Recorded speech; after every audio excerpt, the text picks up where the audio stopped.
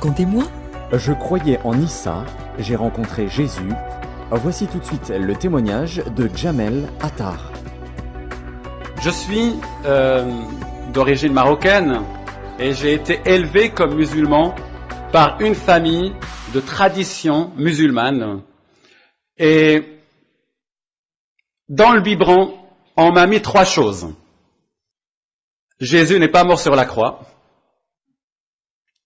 Les chrétiens ont falsifié la Bible. Et les chrétiens prétendent que Jésus est Dieu, qu'il y a la Trinité, c'est faux. Et j'étais élevé avec ces 3 choses.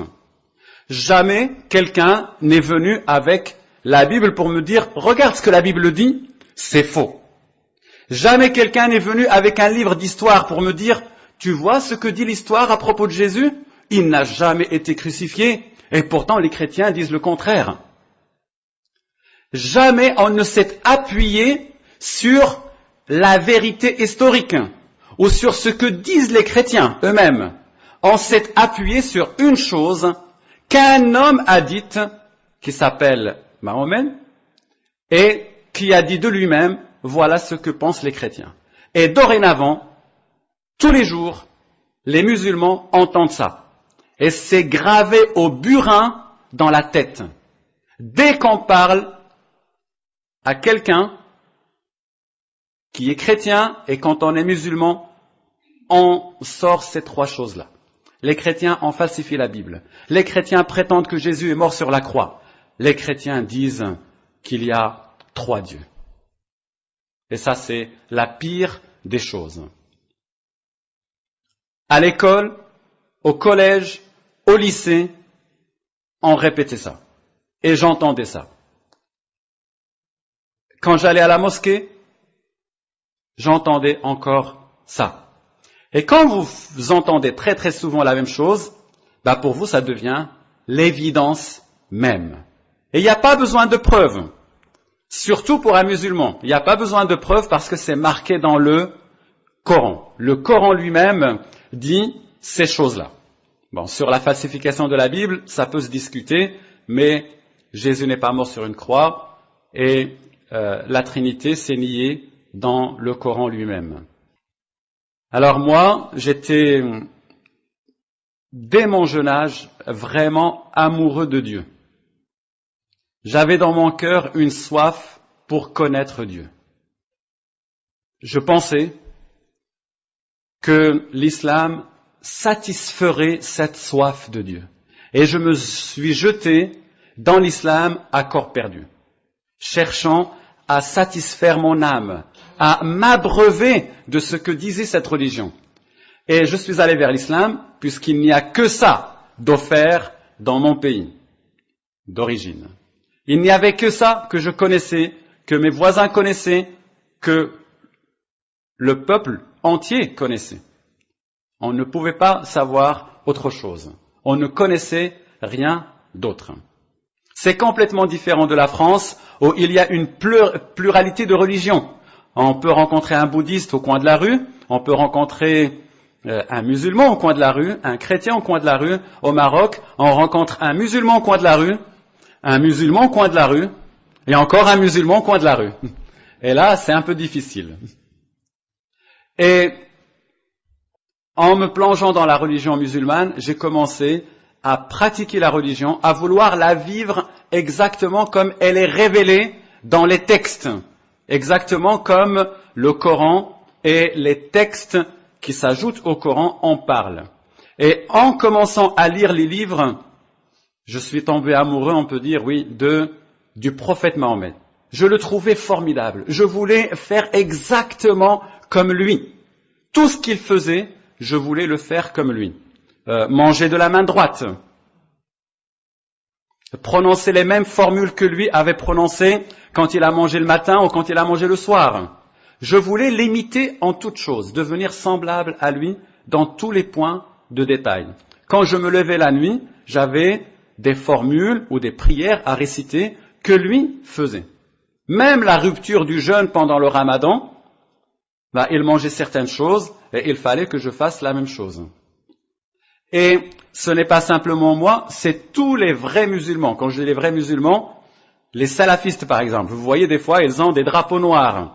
Ça, c'est pas inventé, parce que Mahomet lui-même avait porté un drapeau noir quand il avait fait la guerre à la Mecque.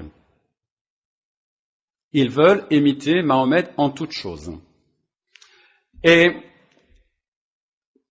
voilà, ancré dans l'islam, convaincu de l'islam, je suis venu en France. On m'a donné la possibilité de venir pour poursuivre mes études à l'université. Et quand je vous dis que la grâce de Dieu fait bien les choses, je sais que pour choisir une université en France, vous savez ce que j'ai fait? On m'a donné une carte de France. Moi, je ne connaissais pas la France. On m'a dit, voilà les villes où il y a des universités, tu choisis. Alors j'ai fait, c'est toi qui seras. Et c'était quand? En Normandie. Mais la main qui a fait par hasard, c'est toi qui seras, c'était une main guidée par quelqu'un qui me cherchait bien avant. C'était vraiment la main de Dieu qui m'a guidé, parce que là, j'ai rencontré des gens qui m'ont témoigné de l'Évangile. Mais je vais un peu vite en besogne, parce que quand je suis arrivé en France, je suis arrivé avec une grande conviction de musulman, et j'étais en même temps convaincu que les chrétiens, en fait, c'est des gens qui savent très bien que les musulmans ont raison. Mais c'est juste par entêtement qu'ils ne veulent pas reconnaître la vérité. Et moi, je vais leur parler, alors là, ils vont tomber par terre, ils vont être convaincus vite fait, ils vont savoir que l'islam est la vérité, et voilà, je serai parmi les plus grands musulmans. Mais ça ne s'est pas passé de cette façon-là. J'ai rencontré une personne chrétienne pour la toute première fois au restaurant universitaire. Elle avait un stand sur lequel étaient posées des Bibles, et ça m'a étonné. Vous savez pourquoi? Parce que je ne savais pas que la Bible pouvait exister en papier. Les musulmans, dans les pays musulmans, en parlent tout le temps, mais on a l'impression que c'est un livre, j'allais dire, virtuel. Et c'est vraiment le cas. Parce que si vous sortez dans la rue en disant « je voudrais acheter une Bible », là vous pouvez vous faire claquer, pour le moins, insulter, mais en tout cas, vous aurez beaucoup de mal à trouver une Bible. Et donc, dans l'esprit des gens, la Bible c'est un texte virtuel, fantomatique, qui n'existe que dans la tête des gens. Et quand je le vois, ce livre-là posé pour la première fois, je me dis « oh, mais ça existe, c'est comme le Coran, c'est bizarre ». Alors je me suis approché de cette personne-là, et on a commencé à parler, et elle m'a dit « écoute, je connais des chrétiens, je vais te les présenter si tu veux, des jeunes ». Alors moi j'étais très heureux, je me suis dit en tout cas des gens que je vais pouvoir convertir à l'islam. J'étais très enthousiaste. Et je me rappelle, vous savez, je vous parle de quelqu'un qui était vraiment naïf. On arrive et on a grandi dans un contexte où il n'y a qu'une seule religion et personne ne vous conteste. Et personne ne vous dit, mais ce que tu me racontes là est faux. Si vous dites Dieu est grand, tout le monde répond, ouais, amen. Si vous dites n'importe quoi, tout le monde est d'accord avec vous. Et quand j'arrive en France, j'avais l'impression que les Français, c'était comme des Marocains. Il suffisait de dire un mot et tout le monde allait dire amen. Et j'ai commencé à parler avec ces chrétiens, ils ont commencé à parler avec moi, et tout de suite je me suis rendu compte que c'était pas aussi facile que ça, ils étaient aussi têtus. Ah, j'arrivais pas à les convaincre. Mais vous savez, pour les convaincre, j'avais vraiment pas beaucoup de choses dans la main. Parce que, qu'est-ce que je pouvais leur dire? Ah, mais les chrétiens, mais vous avez falsifié la Bible. Ah, mais les chrétiens, mais vous dites que Jésus est mort sur la croix. Oui, c'est vrai. Mais vous avez tort. Ben non, on n'a pas tort. Mais si vous avez tort, ben prouve-le. Prouve-le-nous. Le Coran le dit. Ouais, mais le Coran, pour nous, ça représente rien. Ah, et là, on est coincé. Vous avez tort parce que le Coran le dit. Mais le Coran ne représente rien pour moi. Prouve-le-moi autrement. Et c'est là où je me suis dit, ça va être l'occasion de lire la Bible et de montrer absolument qu'elle est fausse. J'ai commencé à lire la Bible, et d'ailleurs, il y a beaucoup de chrétiens qui étaient très heureux de me l'offrir. Il faut toujours être content d'offrir une Bible. Parce que la Bible, c'est le livre le plus dangereux. Il peut vous changer, disait le slogan. Ne lisez pas ce livre, il peut vous transformer. Et c'est vrai. Parce que moi, je voulais, en le lisant, prouver aux chrétiens qu'ils racontaient n'importe quoi. Mais je ne savais absolument pas à quoi m'attendre. Comme beaucoup de personnes aujourd'hui, même les non-musulmans, même nos petits-enfants à l'école, ils ne savent absolument pas de quoi parle la Bible. Moi, je suis dans une école publique. Vous savez que certains enfants me disent que Jésus a vécu il y a 40 ans. C'est pour vous dire qu'on est dans une totale ignorance de ce que contient la Bible. Et quand j'ai ouvert la Bible, y cherchant des erreurs pour convaincre les chrétiens, c'était une aventure incroyable qui s'offrait à moi. D'abord, une aventure d'angoisse et de trouble. Parce que quand vous êtes convaincu de quelque chose et que vous êtes confronté au contraire de ce que vous croyez, c'est vraiment une horreur. C'est vraiment très très dur. Et la première chose que j'ai vue dans la Bible, c'est qu'elle parlait de beaucoup de choses qui se trouvaient dans le Coran. 80% de récits dans le Coran se trouvent dans la Bible. Et moi, je pensais que le Coran était tombé du ciel, tout fait, et qu'il était vraiment unique. Et quand vous découvrez que, non, des histoires dans le Coran se trouvent dans la Bible écrites bien avant, vous vous dites, mais c'est incroyable ça. C'est pas possible, ça ne peut pas exister. Il y a un truc. Mais on continue parce qu'on veut quand même convaincre les autres.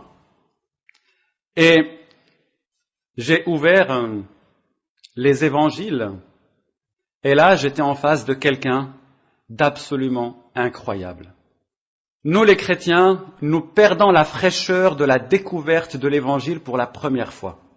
Imaginez quelqu'un qui ne sait rien de Jésus, qui ne sait rien de l'évangile, et qui commence à lire, il ne sait rien de Jésus, si je savais des choses, que Jésus était un prophète, qu'il était musulman. Ah bah oui, même Adam était musulman. D'ailleurs, tous les prophètes, tous les hommes sont des musulmans. Après, ils deviennent des chrétiens, c'est bizarre. C'est ce que l'islam dit, il prétend que tout le monde est musulman, que Jésus est venu annoncer l'islam, et moi j'en étais convaincu.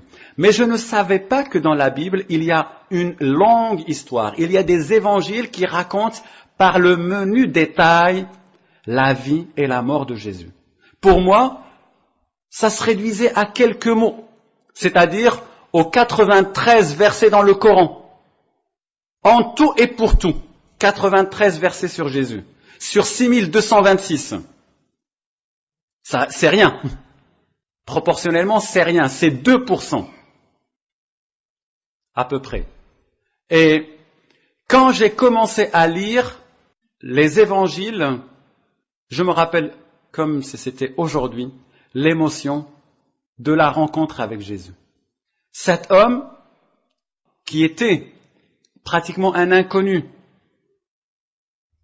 et qui devenait petit à petit une personne, mais vraiment particulière, une personne unique, une personne surprenante, une personne qui parle de manière totalement différente que ce que pouvaient raconter les autres.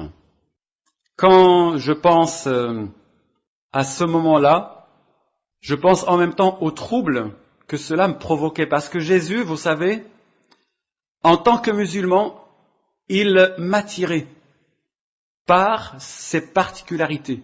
Mais en même temps, il me faisait peur. Vous savez pourquoi? Parce qu'il me menaçait dans ce que je croyais. Il représentait pour moi un danger. Et il m'attirait, j'avais envie d'aller vers lui, mais en même temps, j'avais peur parce qu'on a toujours peur de changer et on a toujours peur de se rendre compte qu'on s'est trompé. Et puis, pour moi, c'était tellement difficile de reconnaître que je m'étais trompé, c'était pas possible de toute manière. Je pouvais pas me reconnaître que je m'étais trompé parce que le reconnaître, c'est se rejeter soi-même, c'est rejeter son identité. L'islam n'est pas un vêtement qu'on met par-dessus. L'islam, c'est nous-mêmes, c'est moi-même, ma culture, mon identité, ma famille, tout ce que je suis, tout ce que je peux être. Et Jésus était une menace. Quand je sentais la pression, et en parlant avec les chrétiens, j'allais voir des musulmans pour trouver de la consolation auprès d'eux, pour trouver des paroles qui me montrent que l'islam est la vérité. Et je les écoutais, j'étais encouragé, et quand je revenais, je parlais avec les chrétiens. Et là, c'était difficile, parce qu'ils me montraient des choses, et je voyais par moi-même des choses qui n'étaient pas faciles à rejeter comme ça. Il fallait être beaucoup plus convaincant si je voulais les convaincre que eux avaient tort, que leur disant simplement « Vous avez falsifié la Bible, c'est faux ». Il fallait des preuves. Et ce qui m'a le plus bouleversé, et je me rappelle que je pleurais quand j'entendais ça, tout en résistant bien sûr, c'était l'amour de Dieu pour l'humanité. Vous savez, en tant que musulman, j'étais dans une autre démarche. Moi, le plus innocemment possible, je priais pour que Dieu détruise les non-musulmans. Et l'idée d'aimer son ennemi est une aberration. Et ça me semblait une aberration. Mais quand j'entendais parler de Jésus et quand je lisais dans les évangiles l'amour de Jésus pour ses ennemis, ça me bouleversait. Je pleurais, mais bien sûr, je résistais et je m'obligeais à ne jamais penser à Jésus autrement que comme prophète. Parce qu'il ne fallait pas que je pense qu'il était plus qu'un prophète, ou alors là, le Fils de Dieu, là, ce serait carrément l'horreur, parce que je serais un associateur, c'est-à-dire que j'ajouterais un autre Dieu à Dieu. Et ça, c'est le péché qui n'est pas pardonnable dans le Coran. Dieu pardonne tous les péchés, sauf de lui associer quelqu'un. C'est fait contre les chrétiens, ce passage-là. Donc, penser ou se laisser même envahir par la pensée, c'est être perdu. Donc, c'était la lutte. Mais vous savez, il y a des vérités qui s'imposent à vous malgré vous.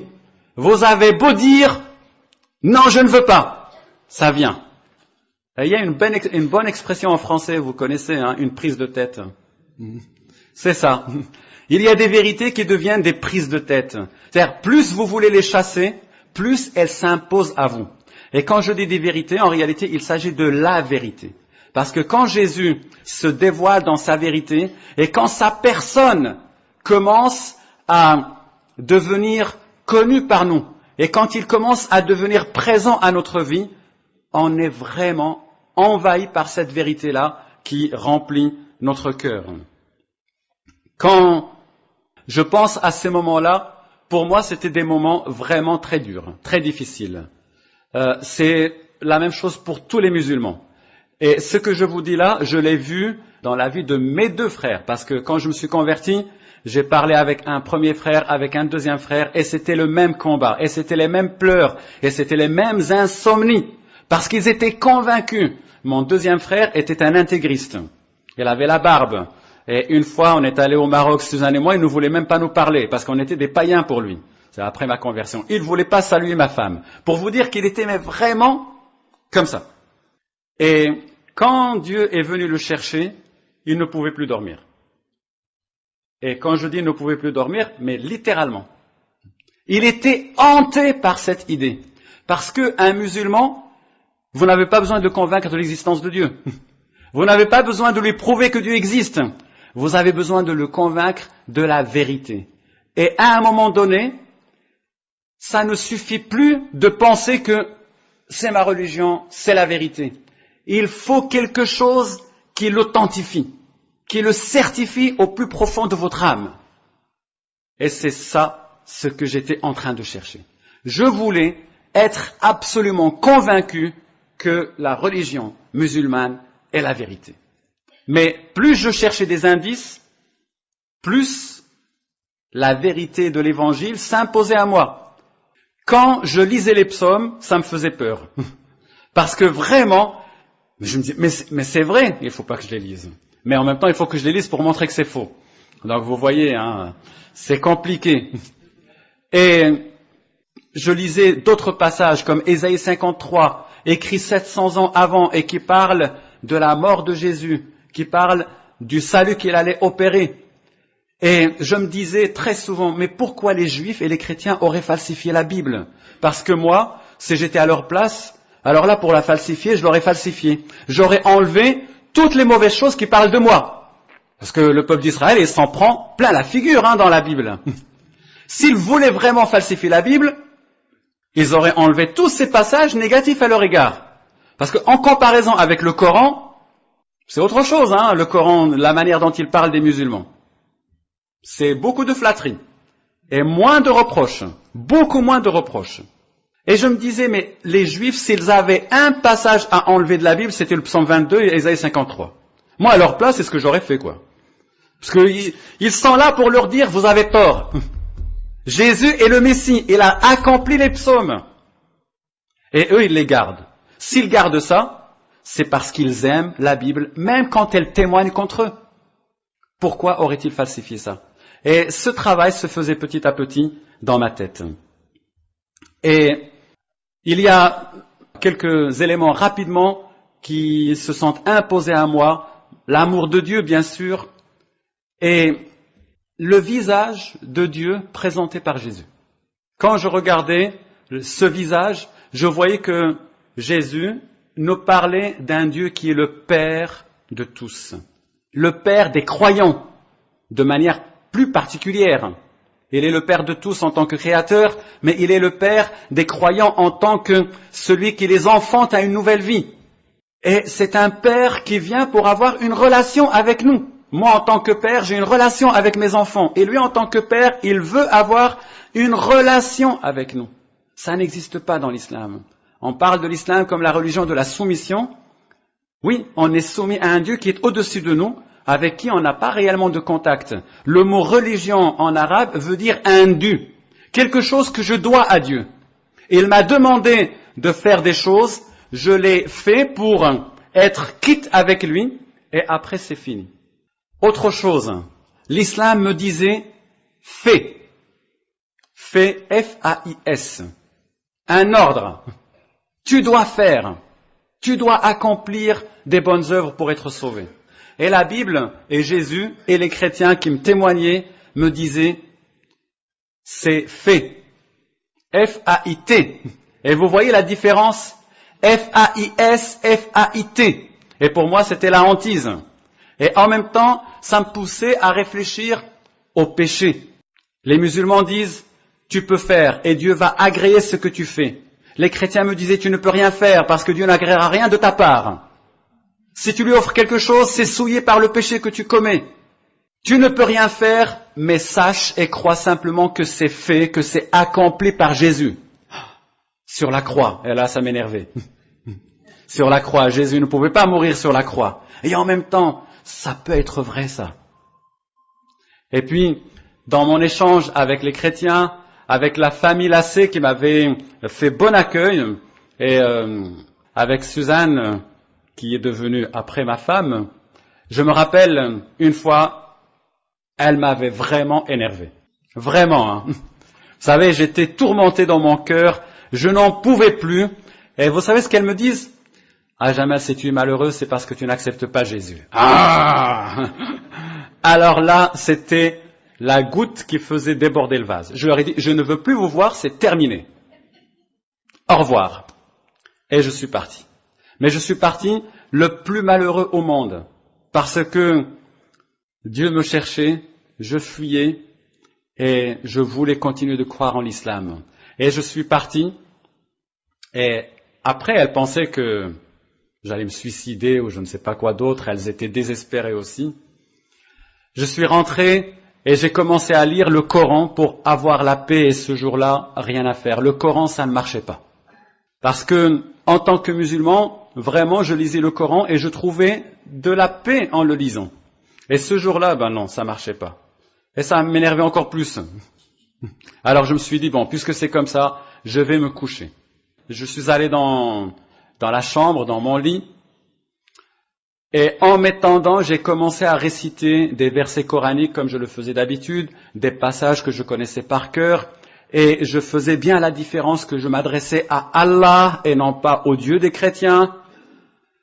Et en même temps, il y avait beaucoup de chagrin, beaucoup de tourments dans mon cœur. Et tout d'un coup, alors que j'étais en train de prier Allah, que je ne pensais absolument pas à Jésus, la pièce où j'étais commençait à se remplir d'une présence incroyable. Et j'ai eu une grande frayeur, une grande peur. J'étais allongé sur le lit, je me suis redressé vite fait, et je commençais à dire, mais c'est qui? Et quelqu'un était là dans la pièce. Une personne. Je n'ai pas vu de mes yeux, de chair, mais des yeux intérieurs, était convaincu de la présence de quelqu'un là. Et tout mon corps commençait à trembler. J'avais des fourmis partout. Et je commençais à parler à cette personne. Mais qui es-tu? Et puis d'un seul coup, est-ce que c'est toi, Jésus? Est-ce que c'est toi? Pourquoi est-ce que j'ai pensé que c'était Jésus? C'est lui qui a mis dans mon cœur la vérité de sa révélation. Est-ce que c'est toi, Jésus? Et tout de suite après, j'ai dit un truc incroyable. Si c'est toi, je t'accepte. Et tout de suite après, j'ai commencé à hurler, non, je ne peux pas, je ne veux pas, je ne peux pas. Parce que dans ma tête, il y avait toujours ces choses-là. Jésus ne peut pas être mort sur la croix. Jésus ne peut pas être le Fils de Dieu. Les chrétiens disent n'importe quoi. Et quand je dis, si c'est toi, Jésus, je t'accepte, tout de suite après, je me dis, mais qu'est-ce que je fais? C'est du n'importe quoi. Et immédiatement, l'idée m'est venue, Dieu a mis dans mon cœur de téléphoner au pasteur, avec qui je parlais très souvent, et je cherchais à le convaincre qu'il avait tort, et lui, il me présentait l'évangile. Et tout en marchant, je hurlais, non, je ne veux pas, et il y avait une main sur le dos qui me poussait. Quelqu'un était en train de pousser, moi je disais, non, je ne veux pas, je ne veux pas. Et quand je suis arrivé au téléphone, j'ai pris le téléphone, j'ai appelé le pasteur, je lui ai dit, il faut que tu viennes maintenant. Ils se sont dépêchés avec sa femme, parce que comme je m'étais fâché avec eux, ils pensaient que j'allais me suicider ou que j'étais vraiment déprimé. Alors, ils sont venus très très vite, et je crois que je n'ai jamais autant pleuré de ma vie. Quand il a ouvert la porte, je me suis jeté sur lui, et je sanglotais, je hurlais, et je lui disais, il faut que j'accepte Jésus. Il faut que j'accepte Jésus. Et il m'a laissé pleurer, et à la fin, il m'a fait asseoir, et comme il savait beaucoup de choses me concernant, il me dit, je vais te poser quelques questions, Jamel. Ah bon? Tu veux accepter Jésus? Oui, je te dis, il faut que j'accepte Jésus. Est-ce que tu crois que Jésus est le Fils de Dieu? Ça, c'était de la provocation. Et vous savez, pour moi, c'était la conviction totale. Oui, c'était évident. Jésus est le Fils de Dieu. Tu crois qu'il est mort pour tes péchés, pour te sauver? Oui, je crois qu'il est mort pour mes péchés, pour me sauver. Tu crois que Jésus t'aime? Tu crois qu'il est vraiment le Fils de Dieu? Oui, je crois qu'il est le Fils de Dieu. Et après, on a prié ensemble. Et le lendemain, quand je me suis réveillé, autant j'ai pleuré la nuit, autant c'était une joie immense pendant la journée. Je ne pouvais pas réprimer le rire et le sourire. C'était vraiment une transformation instantanée, radicale. Et je ne peux pas vous dire comment c'était une évidence pour moi, mais c'était la réalité. Et aujourd'hui, c'est encore plus évident que jamais. Parce que j'ai approfondi mes connaissances de l'islam et je me dis, mais Dieu m'a vraiment fait grâce en se révélant à moi et il est vraiment le Sauveur. Il a envoyé Jésus qui est son Fils, qui est le Sauveur. Jésus est le Fils de Dieu. Jésus est le Seigneur de tous.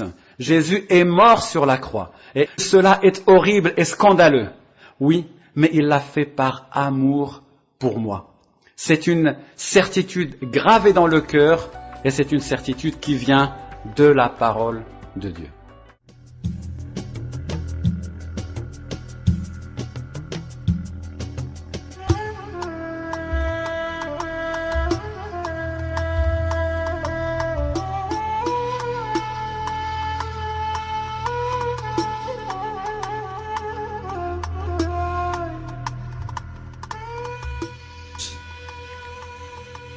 Que les islamistes font très bien.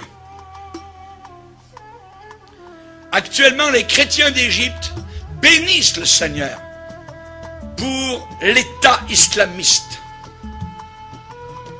C'est parce que l'État islamiste actuellement est en train de montrer vraiment ce qu'est véritablement l'islam. Comme cela, les chrétiens se différencient totalement de l'islam. Ils montrent leur vrai jour, véritable jour. Religion de haine. Un islamiste, il vit dans la peur, continuellement. On peut lui couper la tête, on peut lui couper les mains au nom de son Dieu Allah, qui est un faux Dieu, qui est un démon. Il se regarde le visage dans le miroir, il a peur. Il ne sait pas. Quand il prie, qu'il se met à genoux, il a peur. Il vit dans la peur. Nous les chrétiens, nous sommes véritablement la religion de paix, la religion d'amour. Nous pardonnons. Nous pardonnons. L'islam ne pardonne pas. C'est une religion de vengeance. Le secret d'une vie paisible. Une vie paisible. Nous les chrétiens, nous ne sommes pas des contentieux, nous ne sommes pas des gens de guerre, des gens de troubles. Nous sommes des gens de paix. Nous ne tuons personne, voyez. Nous ne prenons pas les armes. Nous ne sommes pas armés de couteaux pour tuer au nom de notre Dieu, voyez. Nous ne mettons pas des ceintures d'explosifs autour de nous pour faire du mal, voyez, et pour qu'ensuite, si nous mourons dans l'explosion, nos parents, évidemment, se réjouissent de notre mort, parce que maintenant, nous sommes avec des vierges dans des ébats sexuels éternels, là-haut, dans ce paradis de fous, voyez. Non, nous ne sommes pas du tout de cette race-là. Nous avons, nous, le secret d'une vie paisible, l'éternel, pas Allah, l'éternel. Le nom de Dieu, c'est l'Éternel. Ce n'est pas Allah. L'Éternel est mon berger. Je ne manquerai de rien. Dans les locaux de ce journal, Charlie, eh bien, il y avait un homme du gouvernement français qui déclarait en disant, eh bien, ces gens-là tuent. Et d'autres, sur le panel, étaient en train de déclarer, oui, mais on peut avoir des gens fanatiques dans d'autres religions, parmi les bouddhistes, parmi les chrétiens, les catholiques, tout ça. Mais l'autre, répondant sur le panel en disant, mais oui, mais ceux qui se disent chrétiens ne tuent jamais. Ils ne tuent pas. Ils peuvent être têtus, ils peuvent croire à toutes sortes de folies, mais tandis que les islamistes tuent au nom de leur Dieu, au nom de Allah. Nous, chrétiens, nous avons une façon de vivre. Et lorsque des musulmans lisent la Bible, ce qui leur est interdit normalement, arrive à Matthieu chapitre 5, où Jésus dit « Aimez vos ennemis. Priez pour ceux qui vous haïssent. » Le musulman est totalement étonné devant ce que Jésus demande. parce que dans son livre à lui, nous le verrons durant la conférence, la fameuse conférence, et elle va être sur Internet, ça s'appelle « Le Coran et le Christ ». Ceux qui nous écoutent actuellement peuvent aller voir donc sur Internet « Le Coran et le Christ », et vous allez voir donc ce que le Coran déclare et ce que la Bible déclare. Si vous descendez dans le Coran, vous descendez dans un enfer. Quand vous lisez la Bible, vous prenez une bouteille d'oxygène céleste, de pardon, de libération, voyez. Alors que l'intégrisme islamiste, eh bien, assujettit des peuples entiers sous la férule des démons et de Satan.